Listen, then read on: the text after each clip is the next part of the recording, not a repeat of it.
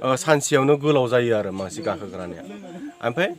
रावबो दिनैसिमबो बेबायदिनो गाखोनो हायाखै बिराद गुसु बार बारनाय उल्था फाल्था बार बारना होयो जाहैबाय चाइनाया दखल खालामना दङ फुजानि सिगां नोंथांमोनाव बेयाव मन्दिर फिसाब्लाबो लुनानै होगोन आरो आं दिनै शिब बाबानि गोथार दिनाव दिनै समायखिरा लानानै बुंबाय आरो जोंनि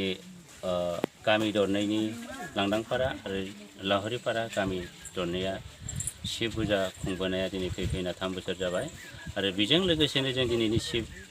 फुजाखौ खुंफुंनायावनो दिनैनि शिब फुजानि थाखाय अपेनिं खालामनो थाखाय जोङो जोंनिनो ओनसोलनि एबा जोंनि गामि खाथिनिनो नबिन गयारि बिथाङा सासे सेन्ट जेभियार एसटि सेन्ट जेभियार स्कुलनि मालिक बिथांखौ जों दिनै जोंनि शिब फुजाखौ गोथार गोसो लानानै एबा गोथार सानखौ लानानै जोंनि शिब मन्दिरनि लांगोनायाव जितु जों दिनै बेखेवनो थांखि लादों बे थांखिखौ जोङो बिथां नबिन गयारिखौनो बेखेवहोनाय जाबाय आरो बेजों लोगोसेनो बिथांखौ जों जोंनि लावहारिपारा गामिनि आफादगिरि बिथां खरगेश्वर बसुमतारीखौ गांसे आर'नाइजों सिनायथि होनो थाखाय खावलायनाय जाबाय।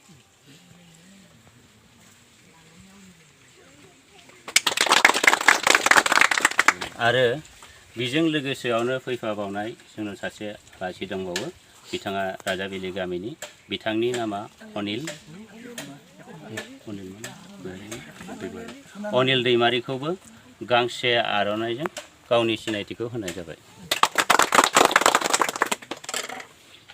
बेखिनियावनो जोङो माबाखौ शिबनि जितु लांगोना बेखेवनाय शिब फुजानि जागायजेननाय बेखौ होनो थाखाय बिथां नबिन गयारिखौ खावलायनाय जाबाय। आंनि बेजों लोगोसे फंनैसो बिबुंथि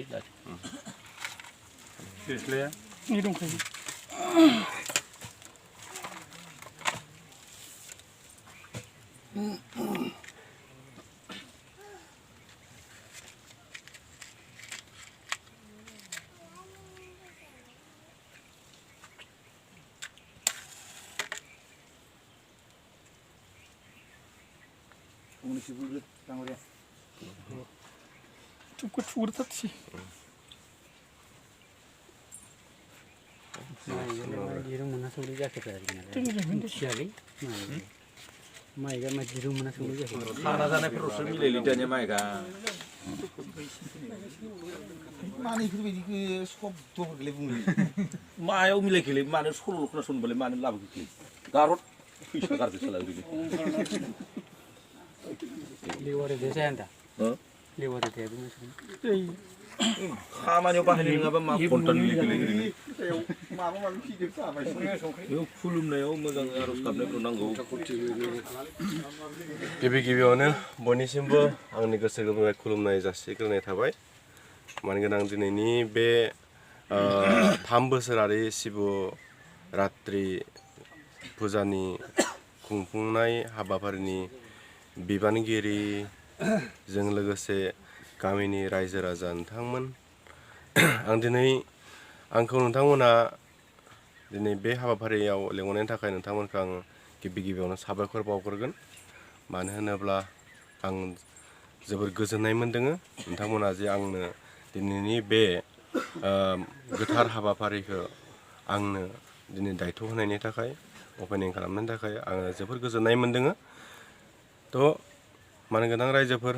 जोङो बयबो शिब भक्त आंबो सासे शिब भक्त आं जोबोद फोथायो शिबखौ। जोङो मिथिगौ बे शिब बाबाया कैलाश पाहाराव थायो नोंथांमोना बयबो मिथिगौ जों बयबो मिथिगौ बिथाङा कैलाश पाहारनि खोथाखौ नोंथांमोना मिथियाबो जानो हागौ खिन्थु कैलाश पाहाराव दिनैसिमबो बियो गोथां महरै थाबाय थायो आरो जोङो माबायाव नायबाथाय मोनगोन गुगोलफोराव सार्च खालामनानै नायबाथाय मोनगोन आरो जोंहा शिब बाबानि माबायाव पाहाराव शिब बाबा थाग्रा जायगायाव पाहाराव दिनैसिमबो रावबो गाखोनो हायाखै। बे शिब बाबा थाग्राया जोंनि माउन्ट एभारेस्टनिख्रुइ 2300 बेसेबा फुट गाहाय खिन्थु माउन्ट एभारेस्टआ 2000 बेसेबा गोजौ आरो 300 बेसेबा थ' बेबायदिनो माने बेयाव गाखोनाय लोगो लोगोनो मोनसे सोदोब जायो जाहैबाय अम ओरैनिफ्राय बे बिराद गुसु बार बारनाय उल्था फाल्था बार बारना होयो जाहैबाय बेनिफ्राय मा जाहैबाय बेनो मानसिनि आखाइया सानसेयावनो सप्तासेयाव मानसिनि आसिगुरा जिखिनि गोलाव जायो बेबायदिनो सानसेयावनो गोलाव जायो आरो मानसि गाखोग्रानिया ओमफ्राय रावबो दिनैसिमबो बेबायदिनो गाखोनो हायाखै आरो ओमफ्राय बेयाव बे पाहारखौ चाइनाया दखल खालामना दङ बे पाहारखौ चाइनाया दखल खालामना दङ बिसोरबो बे पाहारखौ दखल खालामबाबो बेयाव जेबो खामानि मावाखै आरो बहुत फोथायो चाइनायावथ' माने हिन्दु मानसि गैया नालाय थेवबाबो बिसोर फोथायो आरो दं होननानै आरो माने रावबो गाखोनो हायाखै नालाय बेबायदिनो जोङो गोदोनिफ्रायनो फुजिनानै फैबाय दं मानिबोबाय दं जों नोंथांमोना दे दिनै बे मन्दिरखौ फाथिबाय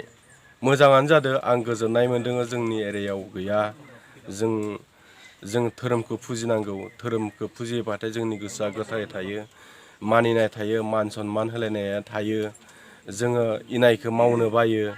इनायनिफ्राय जोङो गोजानाव थायो बेबायदिनो जोङो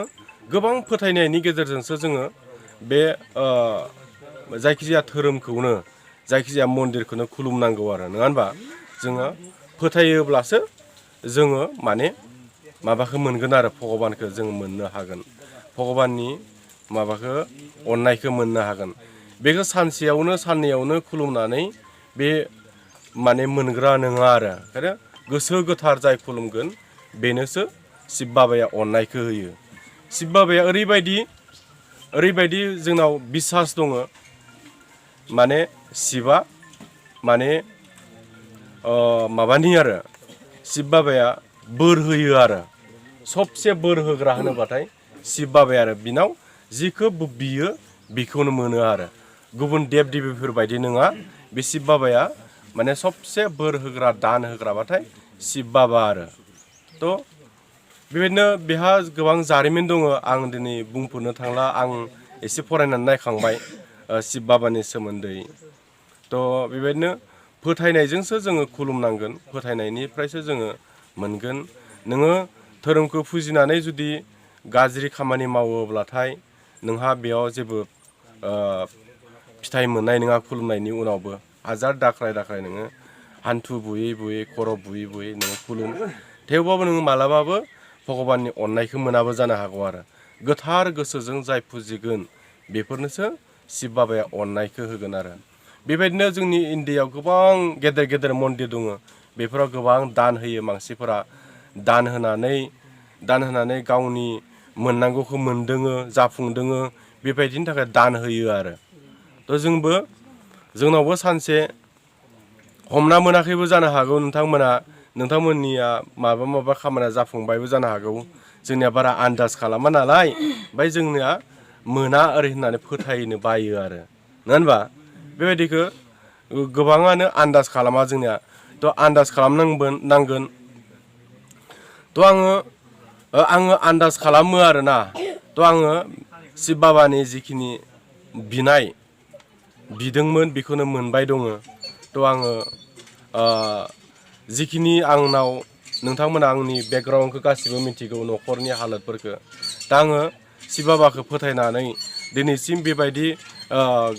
माबायाव स्टेजाव सौफैदों आरो आंनि जिखिनि मावनाय खामानि स्कुलानो जा माबा माबि खामानिफोरानो जा नङा होनबा नोंथांमोनाथ' आंखौ थिखाबो मावो होननानै मिथिगौ बेफोरबो आंनिनो बे शिब बाबानिनो अननाय बेखायनो आङो गोसो खुसि जानानै आं नोंथांमोननि सिगाङाव दिनै बुङो आङो माने शिब मन्दिर गंसे लुना होनायनि माथा मारिबाय दंमोन आरो दा नोंथांमोना दिनै आंखौ बेयाव लेंहरनायनि थाखाय गोजोननानै आङो शिब बाबानि अननाय मोनदों होननानै नोंथांमोननो आं फोसावो आरो फैगौ बोसोराव आङो शिब फुजानि सिगां नोंथांमोनाव बेयाव मन्दिर फिसाब्लाबो लुनानै होगोन आरो नोंथांमोना आंखौ एसे खावलायनांगोन आरो ना थ' आं बेखिनिखौनो फोसावबाय फैगौ समफोराव आङो बेखौ आपग्रेड खालामना होथारगोन आरो आं दिनै शिब बाबानि गोथार दिनाव दिनै समायखिरा लानानै बुंबाय आरो गोजोन्थों आंनि बुंनायखिनिया बेखिनियानोसै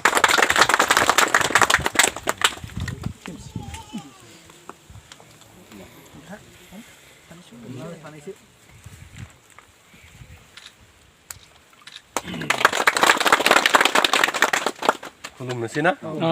देउरिया